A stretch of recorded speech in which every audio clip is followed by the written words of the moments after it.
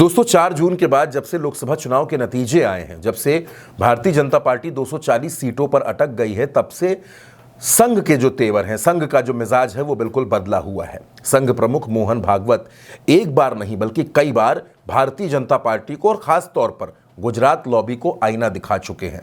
वो बता चुके हैं कि अपने मिजाज को बदलिए, अपने अंदाज को बदलिए। चुनाव के नतीजों पर भी मोहन भागवत ने अपनी बात रखी, मणिपुर पर भी अपनी बात रखी और अब मोहन भागवत ने एक और बयान दे दिया है जो नरेंद्र मोदी को बेचैन करने के लिए, परेशान करने के लिए काफी है। दोस्तों दरअसल मोहन भागवत जिस तरह से बार बार सरकार की समीक्षा कर रहे हैं, बार बार अपनी राय दे रहे हैं, वो नरेंद्र मोदी को भले ही पसंद नहीं आ रहा हो, हजम नहीं हो रहा हो, लेकिन मोहन भागवत अपनी बात से पीछे नहीं हट रहे।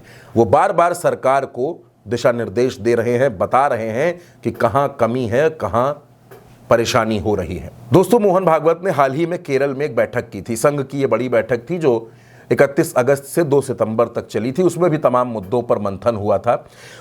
भारतीय जनता पार्टी के राष्ट्रीय अध्यक्ष से लेकर सरकार और संघ के बीच के समन्वय पर बात होगी। ये बात हुई कि आखिर कैसे काम करना है, कैसे आगे चीज़ों को लेकर जाना है। लेकिन मोहन भागवत एक बार फिर इशारों में नरेंद्र मोदी पर नाराज दिखे हैं। दरअसल मोहन भागवत मणिपुर में एक कार्यक्रम में पहुंचे थे। मणिपुर में उस कार्यक्रम में मोहन भागवत ने कहा कि आप अच्छा काम कर रहे हैं या खराब काम कर रहे हैं, इसका फैसला जनता को करने दीजिए। अब जाहिर सी बात है, ये निशाना किसके ऊपर है, ये इशारा किसके ऊपर है? वो जो बार बार अपने कामों का क्रेडिट लेने के लिए दौड़ते हैं, वो जो चाहते हैं कि हर काम में उनका दखल हो, हर काम का क्रेडिट उनको दिया जाए। मोहन भागवत अगर यहीं तक रुक जाते फिर भी दोस्तों गनीमत थी, लेकिन मोहन भागवत ने एक बात और कह दी। मोहन भागवत ने कह दिया कि अगर कोई खुद को ईश्वर समझता है, अगर कोई खुद को ईश्वर समझता है तो वो अपने आप को ईश्वर समझने की गलती ना करे, क्योंकि ईश्वर से ऊपर कुछ नहीं हो सकता। अब दोस्तों आप चुनाव के दौरान नरेंद्र मोदी का वो बयान याद कीजिए जब उन्होंने कहा था कि वो बायोलॉजिकल नहीं है और उनकी बात परमात्मा से होती है, ईश्वर से उनका कनेक्शन है। तमाम तरह की बातें चुनाव के दरमियान सामने आई थी, लेकिन मोहन भागवत अब कह रहे हैं कि खुद को ईश्वर नहीं समझना चाहिए। और दोस्तों उसके बाद मोहन भागवत ने वो तार छेड़ दिया जिससे नरेंद्र मोदी बड़े विचलित हो जाते हैं। मणिपुर की घटना, मणिपुर में लंबे वक्त से जो घटनाएं हो रही हैं, जिस तरह से वहां अशांति का माहौल है, मणिपुर के लोग टकटकी लगाकर बैठे हैं कि प्रधानमंत्री मणिपुर आएंगे, मणिपुर के लोगों का दर्द बांटेंगे। लेकिन प्रधानमंत्री को मणिपुर जाने की दोस्तों फुर्सत नहीं मिली। मणिपुर पहुंचकर मोहन भागवत ने कहा कि वहां सुरक्षा की गारंटी नहीं है, वहां के लोग असुरक्षित महसूस कर रहे हैं, वहां का रोजगार प्रभावित है। इसके अलावा मोहन भागवत ने यह भी कहा कि संघ के कार्यकर्ता यहां बिना किसी पक्षपात के सबके हितों में काम कर रहे हैं, लेकिन जो ऐसे हालात हैं, ऐसे हालातों में यहां इनके लिए एक हल निकलना बेहद ज़रूरी है, क्योंकि जिस तरह से यहां लोग कारोबार कर रहे हैं, लोग अपनी ज़िंदगी बिता रहे हैं, वो बेहद चिंताजनक है। यानी मोहन भागवत ने नरेंद्र मोदी की सरकार को, नरेंद्र मोदी को मणिपुर के मसले पर आईना दिखाया है। यानी ये संदेश है कि मणिपुर के लोगों की मदद जल्द से जल्द होनी चाहिए और प्रधानमंत्री को भी मणिपुर आना चाहिए। दोस्तों प्रधानमंत्री तो मणिपुर नहीं गए, लेकिन राहुल गांधी मणिपुर ज़रूर गए।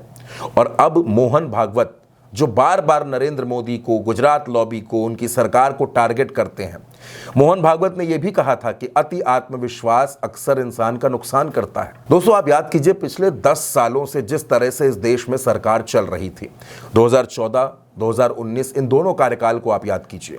इन दोनों कार्यकालों में कभी भी ये बात बिल्कुल साफ है कि नरेंद्र मोदी ने या अमित शाह ने अपने आगे किसी की नहीं सुनी।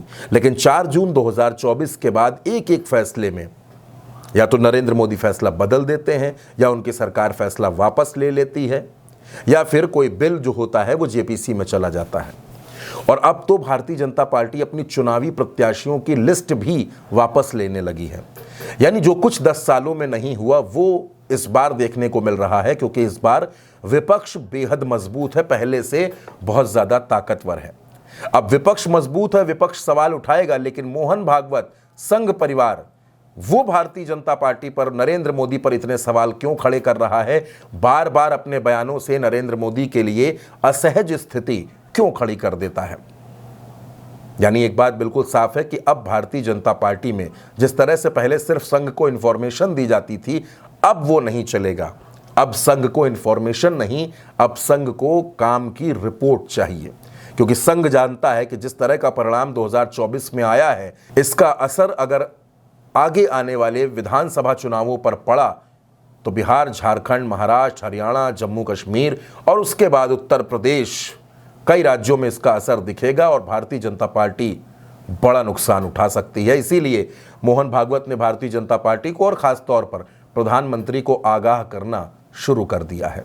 अब प्रधानमंत्री मोहन भागवत की कितनी बात मानते हैं, कितनी बात सुनते हैं, ये तो वक्त बताएगा, लेकिन फिलहाल एक बात जरूर है कि मोहन भागवत नरेंद्र मोदी की मुश्किलों को हर दिन बढ़ा देते हैं।